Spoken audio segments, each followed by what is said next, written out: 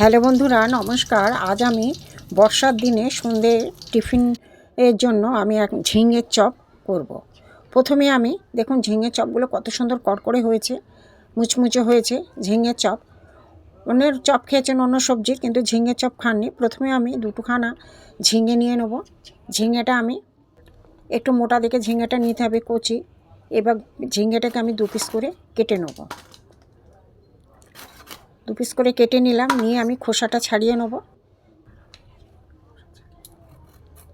খোসা ছাড়িয়ে নেব। বন্ধুরা, এই ঝিঙের চপ, বেগুনের চপ খেয়েছেন, নানা রকম সবজির চপ খেয়েছেন, কিন্তু ঝিঙের চপ খুবই ভালো লাগে। খোসা ছাড়ানো হয়ে গেছে, এমনি 2 ভাগ করে আমি কেটে নেব। ঝিঙেটাকে কেটে নেব, নিয়ে আমি সরু সরু করে দেখুন কিভাবে কাটছি, বটি দিয়েই আমি কাটছি। এইভাবে আমি ঝিঙেগুলো কেটে নেব।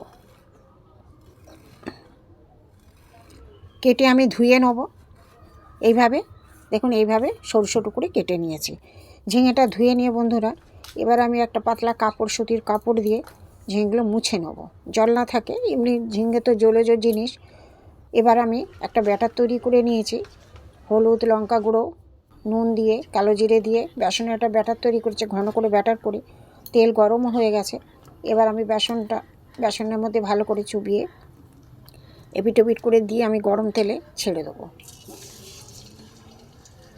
এবারে ভালো করে ভেজে নেব।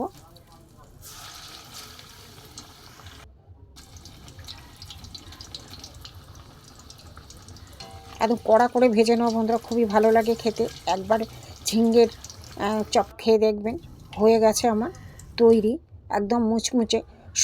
বর্ষার সময় সন্ধে টিফিন বন্ধুরা মুড়ি দিয়ে খুবই ভালো লাগে। এইভাবে একবার তৈরি করে দেখতে পারেন।